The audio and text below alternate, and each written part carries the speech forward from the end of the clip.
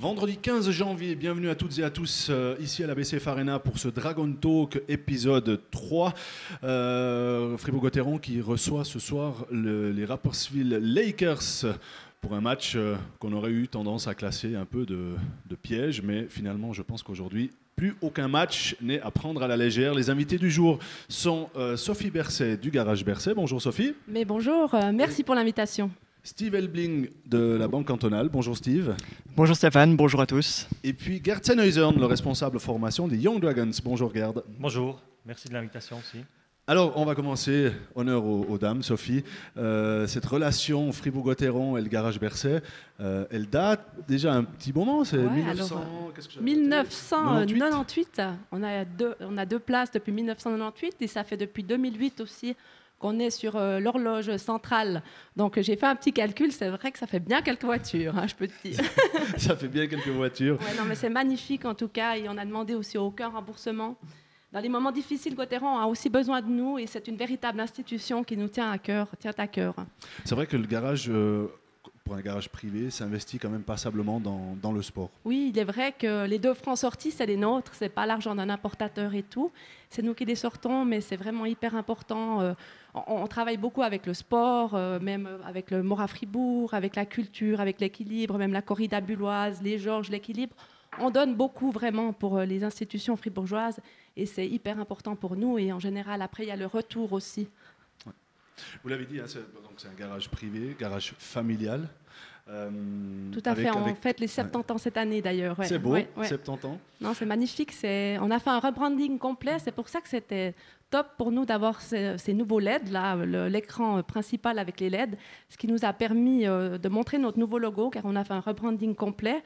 Donc notre logo, c'est 2 étages, c'est bercé sur 2 étages, ce qui représente en fait les 2 générations qui travaillent toujours en même temps dans un cadre, et le cadre, ce sont les exigences. Et on a automatiquement enlevé la mention de garage, car nous, on parle vraiment de mobilité. On a 3 marques, on a Toyota, Lexus et Maserati, et puis depuis peu aussi Microlino, ce qui permet, quand la personne vient au service avec sa voiture, de repartir avec une trottinette électrique, par exemple. Par exemple. Mais c'est vrai que, bon, alors c'est peut-être aussi la nouvelle génération qui... Tout à fait, c'est la 3e génération, voilà. Ma sœur et moi. Ouais. Et puis, il y a 2 garages. Exactement, un garage à Marly, un garage à la Tour de Trême. Et c'est vraiment un projet familial qu'on veut pérenniser sur le long terme. Donc on parle beaucoup avec le cœur et surtout le service, c'est comme ça qu'on fait la différence en fait de nos jours. C'est par le service. Situation oblige, situation de pandémie. Voilà, qu'est-ce donc, que ça annonce lundi, la suite? On est vraiment triste. Après, il faut saisir ça comme une opportunité en fait, à se remettre en question. Il faut toujours positiver. Donc là, notre atelier restera ouvert. Par contre, notre showroom sera fermé. On a beaucoup de voitures en stock, donc c'est à nous de trouver des solutions. Donc on a le service et le test Drive at Home, et puis le Click and Collect. Les gens pourront également cliquer sur notre nouveau site internet pour commander une voiture. Donc on va essayer un petit peu de changer la manière de vendre. Et puis on va profiter de donner le site internet justement. Oui, alors c'est www.garage-berset.ch. Et je vous encourage aussi à être amis Facebook avec le Garage Berset. Ça nous tiendrait à cœur. Merci Sophie pour avec ces plaisir. explications. Merci d'être venu. Steve Elbling de la Banque Cantonale qui est gestionnaire de sponsoring. Alors Steve, j'imagine qu'au niveau du sponsoring, aujourd'hui, avec la situation de pandémie, c'est peut-être un peu plus compliqué? Oui, effectivement, la situation, elle a complètement changé, je dirais, depuis le mois de mars l'année passée. C'est vrai qu'en tant que banque cantonale, on reçoit une quantité de demandes de soutien chaque année. Beaucoup d'événements, malheureusement, n'ont pas pu avoir lieu cette année. Pour la plupart, ils ont été reportés une première fois, une deuxième fois, j'espère pas une troisième fois. C'est vrai que voilà, on doit aussi s'adapter un petit peu à ça. On a remarqué qu'on a eu une période, je dirais, du mois de mars jusqu'à la fin de l'été où vraiment là, on a eu nettement moins de demandes de soutien. Et puis finalement, les clubs, les associations se sont aussi adaptés à cette situation-là. Et puis elles ont proposé, je dirais, des événements sous une autre forme, peut-être des choses un peu plus virtuelles, des rencontres avec des plus petits groupes, etc. Et puis là, ça a repris gentiment avec des nouvelles demandes. Et j'espère que maintenant, on pourra donner le tour avec cette pandémie et puis on reprendre les choses comme elles étaient avant. C'est vrai qu'on parle souvent de la Banque Cantonale qu'on a finalement presque pas besoin de présenter. On connaît les taux hypothécaires, on connaît tous les différents produits de la Banque Cantonale. Mais c'est vrai que l'aspect sponsoring, c'est quand même un gros montant qui est investi. Oui, c'est un très gros montant qui est investi et je pense aussi le rôle d'une banque cantonale de soutenir tout ce qui se fait dans une région. On a une banque de proximité, une banque locale, donc je pense qu'on a une clientèle qui est relativement large, qui est relativement variée. Et puis c'est un point qu'on retrouve aussi dans notre stratégie sponsoring. On essaie vraiment de toucher le maximum de personnes. Et puis c'est pour ça qu'on soutient non seulement du sport, bien évidemment, mais aussi d'autres domaines comme la culture, comme la musique, la formation, l'économie. On essaie vraiment d'avoir un panel complet pour toucher le maximum de personnes. Et peut-être aussi pour clore, ce lien quand même, bah oui, très très fort forcément, entre la BCF et Fribourg-Gotteron. Oui, c'est un lien très fort, hein. C'est un partenariat qu'on a maintenant depuis de très nombreuses années. C'est un partenariat qui nous tient à cœur. Comme je l'ai dit, on soutient une grande quantité de clubs, d'associations, de sociétés locales. Et puis, c'est vrai que ça nous tient à cœur d'être aux côtés de celles et ceux qui dynamisent finalement notre région, qui font aussi rayonner le canton en dehors des frontières cantonales. Et puis bien sûr, quand on parle de Fribourg-Gotteron, c'est une institution qui est ancrée dans ce canton, qui est aussi un élément très fédérateur. Et puis on partage aussi des valeurs d'engagement, de formation avec Fribourg-Gotteron. Et bien évidemment, ça fait tout son sens, je dirais, dans notre stratégie sponsoring. Très bien, merci Steve Elbling d'être avec nous aujourd'hui. Et puis, avant de passer à l'analyse du match de mardi, je souhaite la bienvenue également à Gerd Seinhausen, qui sera un peu notre analyste aujourd'hui, responsable de la formation des Young Dragons. Alors, encore responsable formation.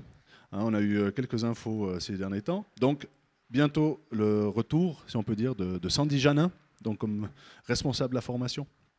Oui, exactement. On est très content et heureux d'avoir Sandy de retour au sein du club. Sandy va prendre en grande partie ma place en tant que chef de formation. Moi, je vais garder une petite partie et je vais surtout garder aussi la transition avec lui, parce qu'il y a quand même pas mal de dossiers où il faut il a un coach à côté. C'est assez complexe d'avoir une vue d'ensemble tout de suite sur un mouvement junior. Mais voilà, on partagera le même bureau. Moi, j'ai la possibilité, l'opportunité de pouvoir aussi épauler Christian Dubé dans la fonction du directeur sportif.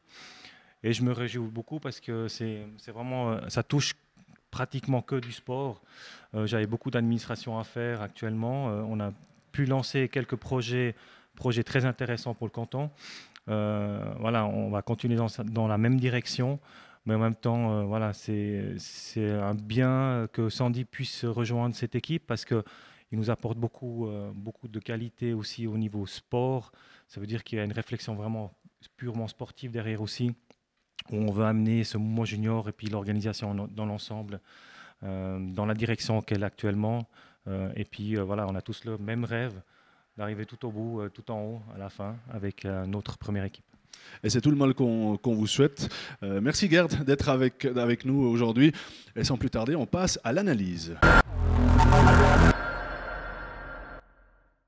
Un match complètement fou mardi soir ici à la BCF Arena. Fribourg-Gotteron qui a battu le HC Davos en prolongation 7-6. Gerd, alors qu'est-ce qu'on peut dire? Il y avait des buts de Aplanalp, 2 fois Stalberg, Di Domenico, Deharne et Chavaya et Sprunger. C'était un match, c'était une soirée complètement folle. Oui, c'était un match complètement fou du moment après 2 minutes, 3-0 pour Davos. Changement de gardien, 4-0 après. Pas vraiment eu de gros changements après ce premier tiers. Et puis le retour en force de cette équipe qui a vraiment beaucoup de caractère, qui a déjà démontré plusieurs fois dans cette saison d'être revenu après avoir été en arrière de 2 ou 3 buts. Mais d'avoir espéré, ou de pouvoir espérer au début, après ce premier tiers, de gagner encore en prolongation 7-6, c'était vraiment, il n'y a pas beaucoup de monde qui aurait parié dessus. Ouais, effectivement. Et puis Gerd, en toute honnêteté, quand après 2-3 minutes, on est mené 3 ou 4-0, on prend un temps mort après 2 minutes, qu'est-ce qu'on dit à ces joueurs?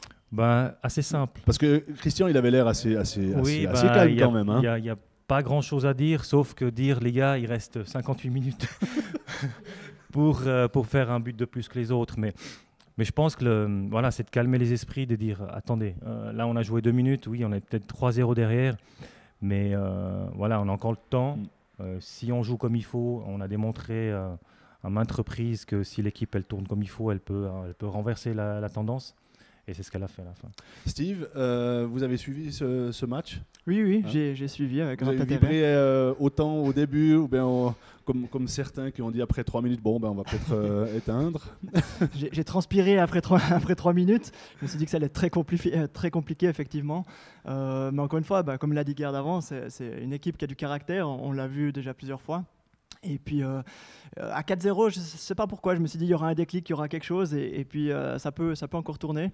On a vu l'équipe qui a dominé, qui a tiré sur le but, qui a essayé, et puis gentiment ça a commencé à rentrer. On a vu l'équipe qui revenait au score.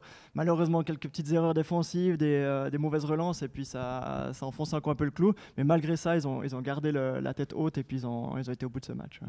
À relever, hein, comme on l'a dit, de retourner à un tel match, c'est quand même c'est une très très belle performance.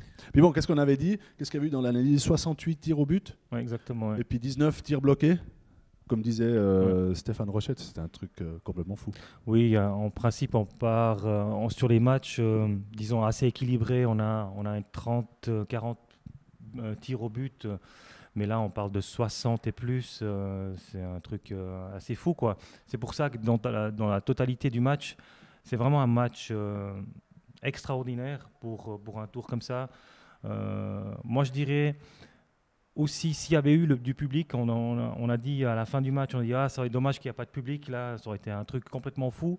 Mais je ne suis pas persuadé que l'équipe aurait peut-être eu l'énergie nécessaire pour renverser la vapeur ou la tendance. Je ne sais pas comment on dit, mais parce que imaginez, vous, après 3-0, 2 minutes, 3-0 derrière, public qui commence à siffler, 4-0 et encore plus.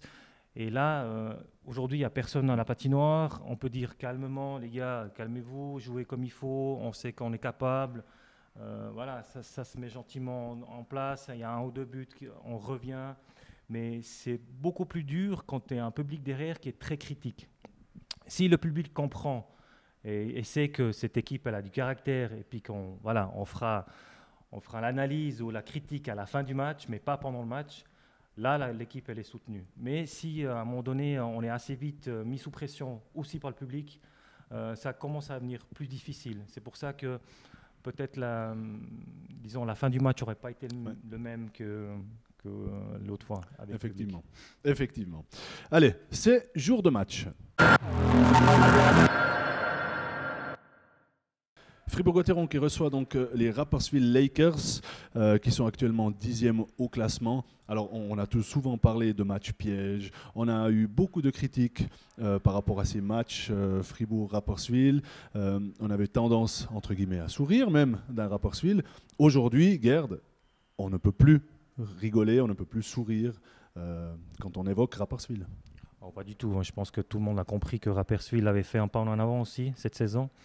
Notamment avec leur top scorer Červenka qui reste dangereux, qui est pour moi parmi quand même les 3-4 meilleurs étrangers de la ligue.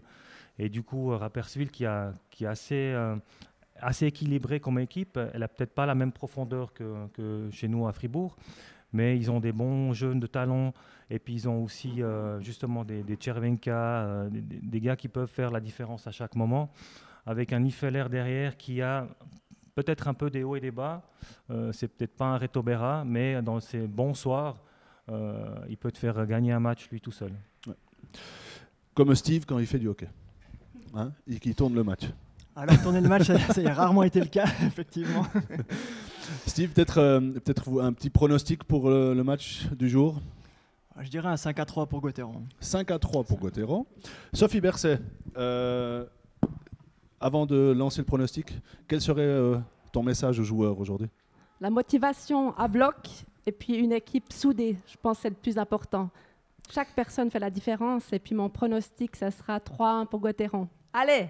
On note les 3-1. Gerd, on s'aventure dans un pronostic? Oui, bien sûr. Moi, j'ai dit 5-2 Fribourg. 5-2 Fribourg. On note, on fera les comptes après le match. Hein. Et avant de se quitter, on passe à la minute canadienne. Salut, c'est Isa pour la Minute canadienne. Aujourd'hui, j'ai décidé de vous faire voyager dans l'univers québécois grâce à un top 3 de films typiquement québécois. Alors, au numéro 3, nous avons un film à regarder en plein hiver avec les enfants. C'est un classique de 1984. C'est mon préféré, mon film d'enfance. Ça s'appelle La guerre des tucs. Et en passant, tuc, ça veut dire bonnet.